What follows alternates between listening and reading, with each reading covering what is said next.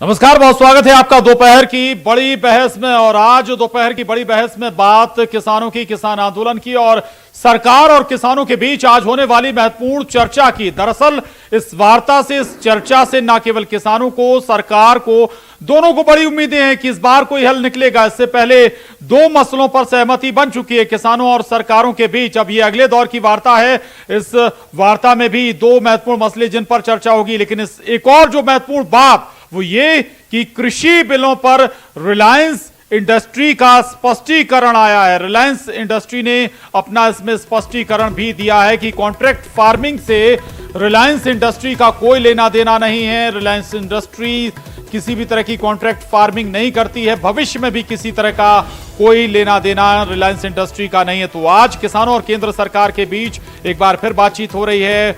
आपको बता दें, एक बात जो बार बार अब कही जा रही है कि किसानों के बीच कुछ ऐसे वामपंथी या एक्सट्रीम वामपंथी और सियासी दलों के लोग पहुंच गए हैं जो हल निकलने ही नहीं देना चाहते किसान और सरकार की बातचीत का, बल्कि इन्हीं तत्वों के जरिए औद्योगिक घरानों को बदनाम करने और किसानों को बहकाने की कोशिशें भी होती रही हैं। एक परसेप्शन बनाने की कोशिश भी ये की गई कि ये तीन कृषि बिल औद्योगिक घरानों को लाभ पहुंचाने के लिए लाए गए हैं। लेकिन अब इस पर रिलायंस इंडस्ट्रीज की तरफ से स्पष्टीकरण आया है। रिलायंस की तरफ से साफ किया गया है कि कॉन्ट्रैक्ट फार्मिंग से रिलायंस का कोई लेना देना नहीं है, उसका भविष्य में भी कॉन्ट्रैक्ट फार्मिंग करने का कोई इरादा नहीं है। रिलायंस ने कभी भी कॉन्ट्रैक्ट फार्मिंग के लिए जमीन अभी तक नहीं ली और आगे भी रिलायंस खेती के लिए जमीन नहीं खरीदेगी।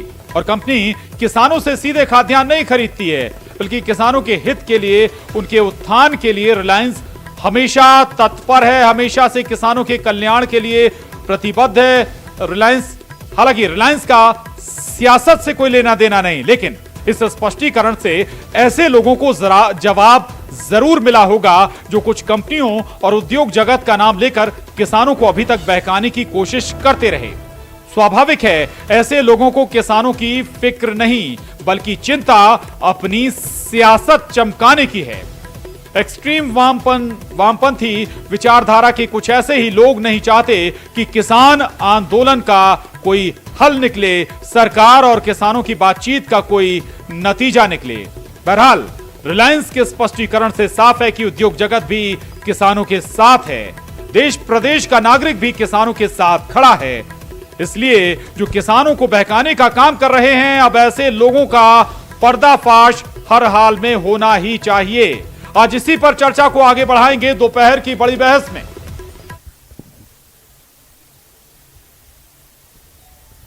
किसान आंदोलन के बीच कारपोरेट घरानों पर लग रहे आरोपों पर रिलायंस ने अपना स्पष्टीकरण दिया है। उन्होंने कहा है कि कारपोरेट और कॉन्ट्रैक्ट फार्मिंग की उनकी कोई योजना नहीं है। कृषि मंत्री कमल पटेल हमारे साथ हैं। जी बताइए, कारपोरेट घराने अपना स्पष्टीकरण दे रहे हैं, साथ ही रिलायंस ने भी कहा है कि उनकी कॉन्ट्रैक्ट फार्मिंग और कारपोरेट फार्मिंग की कोई योजना नहीं है। देखिए, विपक्षी पार्टियां और कुछ तथाकथित बिचौलिए किसानों को भ्रमित कर रहे हैं और इस प्रकार उद्योगपतियों के हाथ में जमीन चल जाएगी, उद्योगपति जमीन ले लेंगे, ऐसा हो नहीं सकता।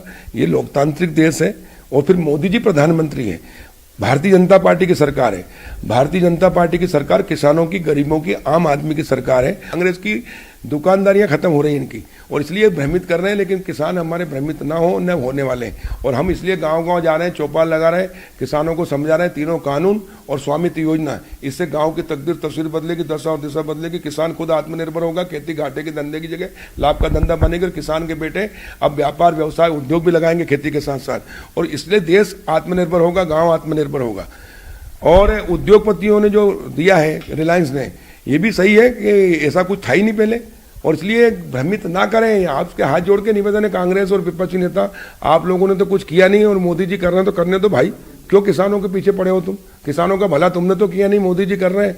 किसान अभी तक आत्महत्या कर रहा है और किसान घाटे की खेती कर रहा है, तो उसके लिए दोषी कौन है? 55 साल जिनने राज किया कांग्रेस वो है। आपने गाँव की प्रॉपर्टी का मालिकाना क्यों नहीं दिया? गाँव आबादी में बसता है, उनको अवैध क्यों करा रखा?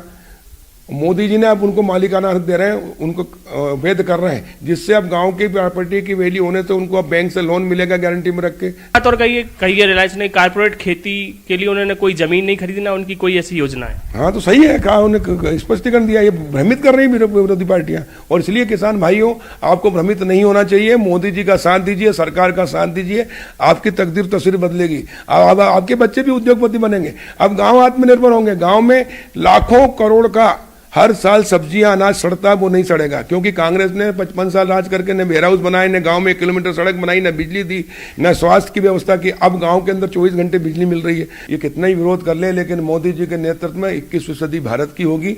स्वामी विवेकानंद जी का सपना साकार होगा कि 20वीं सदी अंग्रेजों की थी, लेकिन 21वीं सदी भारत की होगी।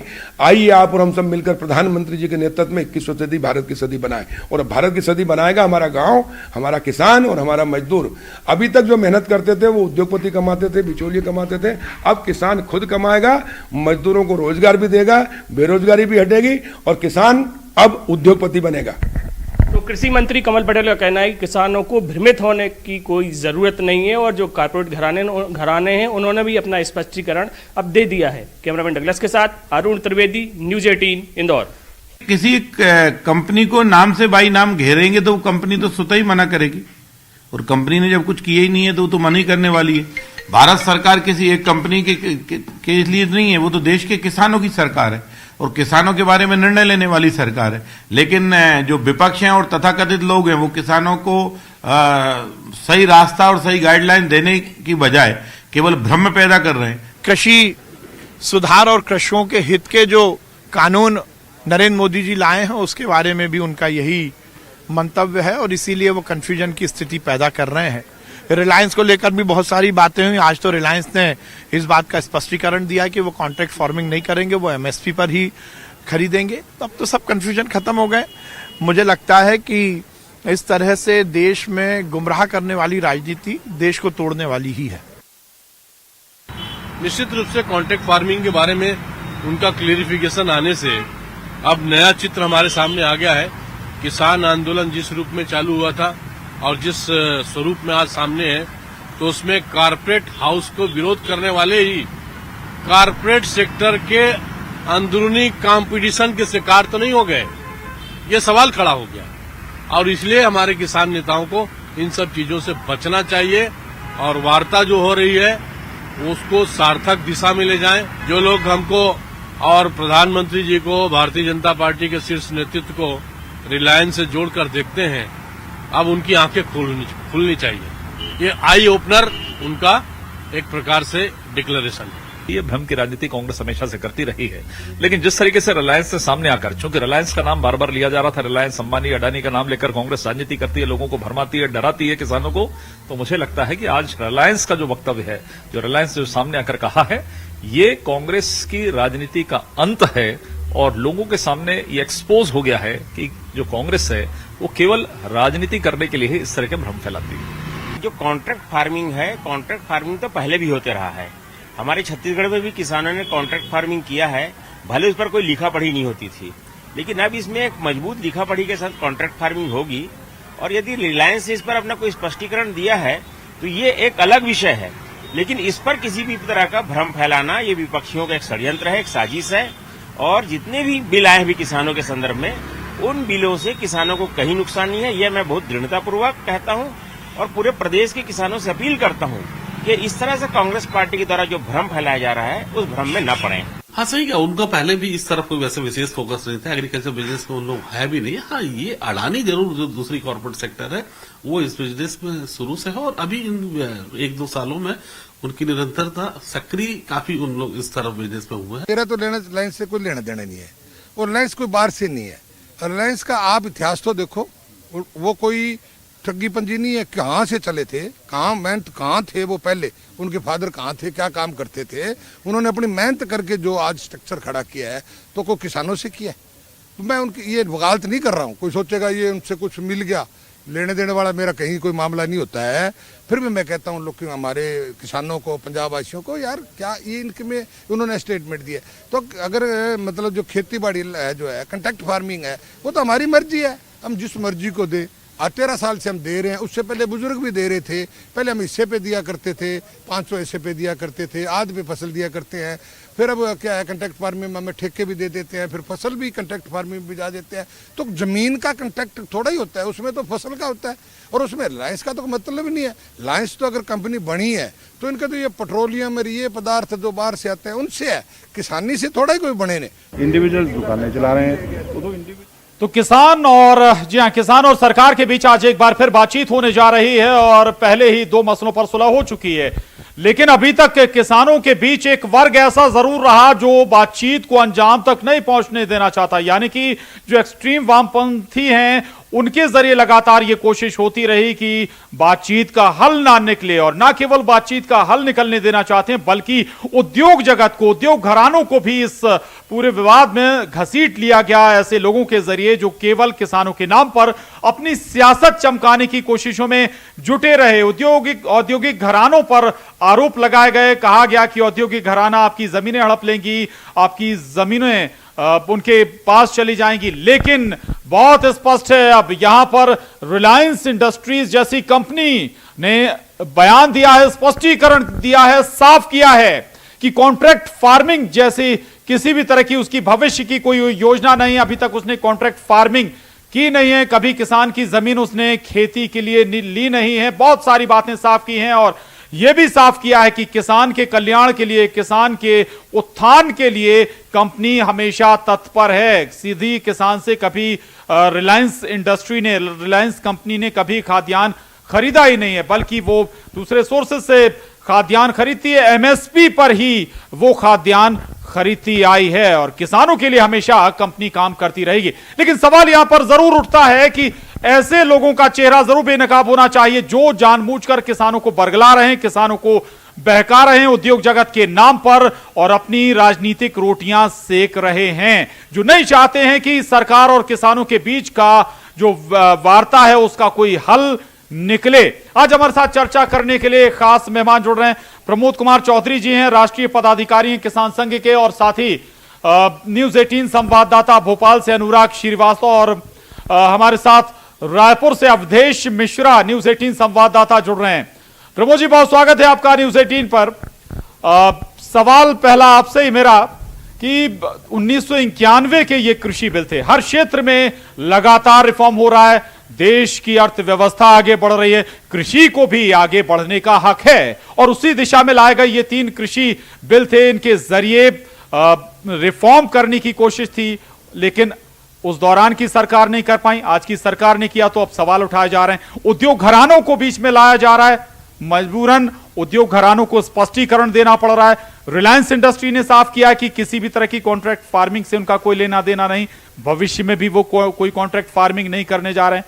कम से कम इस स्पष्टीकरण से, इस बयान से उन लोगों के लिए जरूर जवाब मिला होगा प्रमोद जी जो जानबूझकर किसानों को बहका रहे हैं। प्रमोद जी, ये देखिए, सबसे पहले तो ये मैं स्पष्ट कर दूं कि भारतीय किसान संघ जो है वो निश्चित रूप से इसके पक्ष में रहता है हमेशा कि जो भी, चाहे उद्योगपति हो, चाहे किसान हो, चाहे जो भी व्यक्ति हो देश का रहने वाला, जो राष्ट्र हित में काम कर रहा है, जो रोजगार दे रहा है, जो स्वयं काम कर रहा है और देश का नाम पूरे दुनिया में आगे बढ़ा रहा है, ऐसे चाहे वो उद्योगपति हो चाहे किसान हो, सबका वो स्वागत करता है और सबके पक्ष में खड़ा है। अब ये बार बार जो उद्योगपतियों के नाम ले रहा है, ये बहुत दुर्भाग्यजनक है कि वो हमें क्या दे रहे हैं, हमारा नाम ही तो आगे बढ़ा रहे हैं ना, हमें उनसे क्यों। और मैं तो ये कह रहा हूं कि अगर जो एमएसपी से ऊपर यदि कोई भी कारपोरेट यहाँ का हमारे देश का हो तो बहुत अच्छी बात है, यदि कोई एमएसपी से ज्यादा रेट यदि कोई दे रहा है और यदि वो खरीद कर रहा है तो उसमें कौन सा देश का अहित हो जाएगा, ये मुझे समझ में नहीं आ रही है। असल में हो क्या रहा है, मैं आपको बता दूं कि 1990 का जो दशक रहा है उसमें क्या हो गया कि इंडस्ट्रियल लिबरलाइजेशन जो देश में आ गया तो ये एक तरफा एकदम से ऊपर चले गए। उस समय पूरी तरह से उपेक्षित कर दिया, किसानी का क्षेत्र पूरा उपेक्षित कर दिया। आज ये 30 साल का बैकलॉग तैयार हो गया, 30 साल हमारी किसानी पूरी देश की पीछे पिछड़ गई है। अब हम इसको रिकवर करना चाहते हैं, उसके लिए ये तीनों बिल की बहुत आवश्यकता है। हाँ, इसमें कुछ संशोधन आवश्यकता है, वो संशोधन भारतीय किसान संघ ने रख करके और हम अनेकों गांवों से, हमने 20,000 गांवों से हमने उसके रेजोल्यूशन पास करा के और सरकार को दे दिए हैं। सरकार उसमें संशोधन भी करने को तैयार है। ये बात असल में ये नहीं है, बात ये है कि ये जो कम्युनिस्ट सिस्टम है, इनका एक हमेशा सिद्धांत रहा है कि ये क्या करते हैं कि गरीबों के नाम पे लोगों को एकजुट करना, उनसे वोट प्राप्त करना और किसी भी प्रकार से केन प्रकार से पूरे देश में कब्जा कर लेना, और जैसे पूरे देश में कब्जा हो जाए न वो फिर डेमोक्रेसी में उनका भरोसा रह जाता और वो पूरे जनता को गुलाम हमेशा के लिए बना देते हैं। चाहे वो पूर्व का आप रशिया देख लीजिए, चाहे चाइना देख लीजिए, चाहे जितने भी कम्युनिस्ट राष्ट्र देख लेंगे, वहां कोई चुनाव नहीं होते, सब शोबाजी रहती है। जो एक बार कब्जा कर लेता है वो पूरा जीवन भर वो उस पर कब्जा किए रहता। ये उनको इस देश पे कब्जा करना है। यहाँ के देश के जनता ने उनको बिल्कुल साथ नहीं दिया, उनकी सारी ये जो बातें हैं सब समझ गई है और इस वजह से उनको पूरा साफ कर दिया। बंगाल से भी वो साफ हो गए, केरला से भी लगभग वो साफ होने वाले हैं आने वाले समय में। तो अब वो ये इस प्रकार से पंजाब के माध्यम से और किसानों को बरगला करके और लोगों को बेवकूफ बना के किसी भी प्रकार से राष्ट्र में उनको अराजकता फैलाना है उनको, क्योंकि बिना अराजकता फैलाए उनका ये हेतु सिद्ध नहीं होता है। ये उसके पीछे का कारण है और उनको ये मालूम कि 70% आपने कही किसान आंदोलन में ऐसे तत्व पहुंच गए जो लगातार किसानों को बहका रहे हैं, लगातार किसानों को बरगला रहे हैं। प्रमोद जी, मैं आपके पास दोबारा आ रहा हूं। अनुराग और अवधेश मेरे साथ लगातार बने हुए। अनुराग, किसान आंदोलन पर आज अगले दौर की बातचीत है, बहुत आशाएं हैं इस बातचीत से, इस चर्चा से कि कोई हल निकलेगा, लेकिन हमने देखा है कि इस बीच बार बार ऐसे बयान जरूर आते हैं उन लोगों के जो एक्सट्रीम वामपंथी हैं, ताकि ये चर्चा, ये वार्ता फिर डीरेल हो जाए। लेकिन मध्य प्रदेश का किसान क्या मानता है, क्या सोचता है इस पर, इस आंदोलन पर, इन मांगों पर?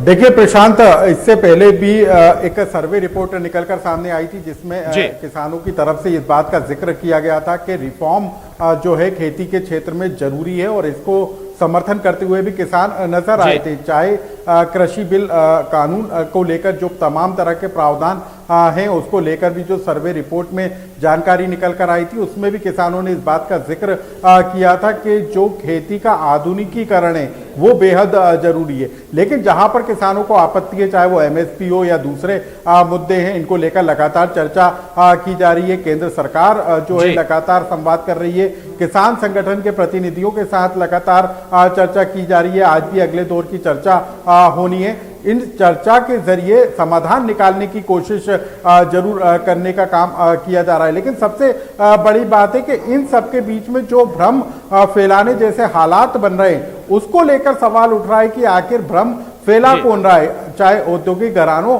के खिलाफ का मामला हो या फिर गुमराह करने वाली जो राजनीति हो रही है, उन सब के लेकर जो सवाल उठ रहे हैं उनके जवाब भी निकलकर सामने आना चाहिए। क्योंकि इस बात का बार बार जिक्र किया जाता है कि वर्ग विशेष या किसी खास उद्योग को बढ़ावा देने के लिए इस तरीके के कानूनों को लाया गया है। लेकिन साफ तौर पर अब ये स्पष्ट होता हुआ नजर आ रहा है कि केंद्र सरकार के जो कानून है उसका फायदा किस तरीके के लोगों को लेना है, किसान कितने राजी होते हैं, क्योंकि इस बात का प्रावधान भी कानून में किया गया है कि किसानों को इस बात की आजादी होगी कि वो किसके साथ कॉन्ट्रैक्ट फार्मिंग करना चाहते हैं या नहीं करना चाहते हैं, कहां पर अपनी फसल बेचना चाहते हैं। तमाम तरह के प्रावधान कानून में किए गए हैं। बावजूद इसके किस तरीके से किसानों को भड़काया जा रहा है, उकसाया जा रहा है, ये सवाल जरूर उठकर अब खड़े होने लगे, जिसके जवाब भी सामने आना चाहिए।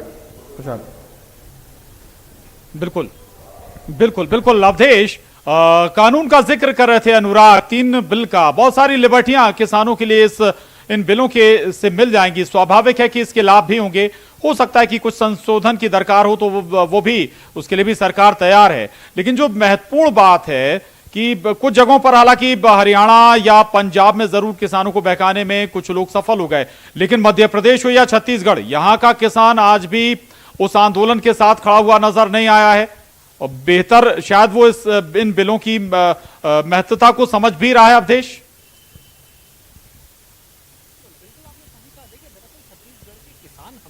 शांत स्वभाव के किसान, और न केवल प्रशांत छत्तीसगढ़ बल्कि देश का किसान का जो वास्तविक वर्ग है वो हमेशा राजनीति से परे रहा है, राजनीति से दूर रहा है। और यही वजह है कि सरकारें आई गई, सरकारें बदल गई, किसानों की व्यवस्था बहाल को लेके, किसानों की स्थिति सुधार को लेके कई तरह के राजनीतिक परिवर्तन पूरे देश और दुनिया में हो गए। अब रही सवाल जो इस तमाम जो मसला है, जो वर्तमान का जो मसला है, किसानों का जो विरोध है, उसमें साफ तौर पे सबसे पहले दो बात। सबसे पहले ये कि न्यूज 18 ने जब एक सर्वे लाया कि आखिरकार किसानों के आंदोलन की वास्तविक स्थिति क्या है और किसान क्या चाहते हैं, तो उससे काफी कुछ स्पष्ट हो गया कि आखिरकार किस तरह से षड्यंत्र किया जा रहा है। 60% से अधिक लोग ये चाहते थे कि आंदोलन का पटाक्षेप हो, आंदोलन पे वार्ता हो और वार्ता के बाद इसका समापन हो, इस तरह से आंदोलन ना हो। लेकिन आज तमाम मसलों के बीच में आज जिस तरह से रिलायंस इंडस्ट्री ने अपना पक्ष रखा कि वो कॉन्ट्रैक्ट फार्मिंग के ना तो पहले पक्षधर रही है, ना वर्तमान में कोई योजना है और ना ही तो भविष्य में इस तरह से कुछ किया जाएगा, तो इससे दो बातें स्पष्ट हो गई। सबसे पहले ये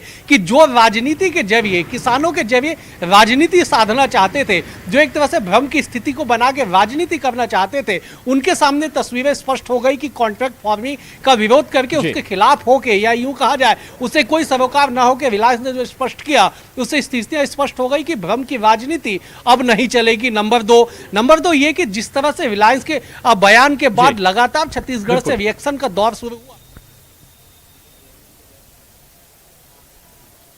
जी ठीक है, मैं आ रहा हूं अवधेश आपके पास। प्रमोद जी, लगता है आपको क्या कुछ तत्व ही हैं जो पूरे आंदोलन को बहका रहे थे, पूरे आंदोलन को भड़का रहे थे, या फिर सही दिशा में नहीं आने देना चाह रहे थे? वार्ता के बाद भी हमने कुछ बयान सुने जिनसे लगा कि ट्रैक पर आए ही ना वार्ता, ये कोशिशें लगातार होती रहीं।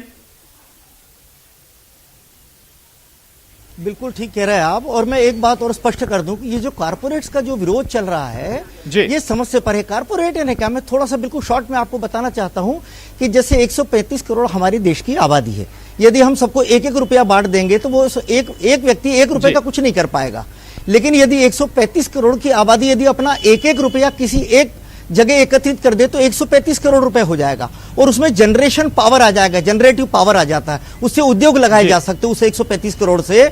और ये जो सारे लोगों की जो सहभागिता होकर के 135 करोड़ एक जगह आ गया है, इसी को कारपोरेट कहा जाता है। अब इसमें कहां गलत है मुझे बताइए। इससे रोजगार क्रिएट हो रहा है, देश का उत्पादन बढ़ रहा है, हम निर्यात करने की स्थिति में आ गए हैं। और आपको एक बात और बता दूं, ये जो बार बार जो एक वायरल एक रिपोर्ट मैंने देखी है वो अडानी के गोदाम के संबंध में, मैं कोई उनका कोई वकील नहीं हूं मैं, लेकिन एक बात बता देना चाहता हूं, यदि हमारे पास गोदाम की इतनी कमी थी कि हमारी जो पूर्ववर्ती सरकारें हैं उनको ये समस्या थी कि हम कहां रखेंगे, इसके लिए वो रिटेल को खोलना चाहती थी, विदेशियों के हाथों में सौंपना चाहती थी। अब उसके लिए सबके लिए सब्सिडीज दिया तो भी हमारे पास गोदाम नहीं बन पाए। केवल 85 लाख टन की केवल हमारे पास आज भी व्यवस्था है। 700 लाख टन का हमारा टारगेट है, हम कहां से लाएंगे इतने अनाज, कहां रखेंगे, क्या करेंगे?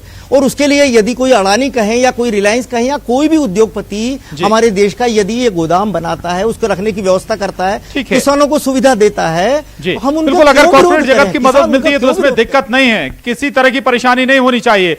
अनुराग, अगर किसानों के उत्थान के लिए उद्योग जगत भी हाथ मिलाता, उद्योग जगत भी आगे आता तो उसमें दिक्कत क्या है? लेकिन सवाल यह कि कुछ तत्व किसानों का भी नुकसान कर रहे हैं, देश का भी नुकसान कर रहे हैं, इंडस्ट्री का भी नुकसान कर रहे हैं।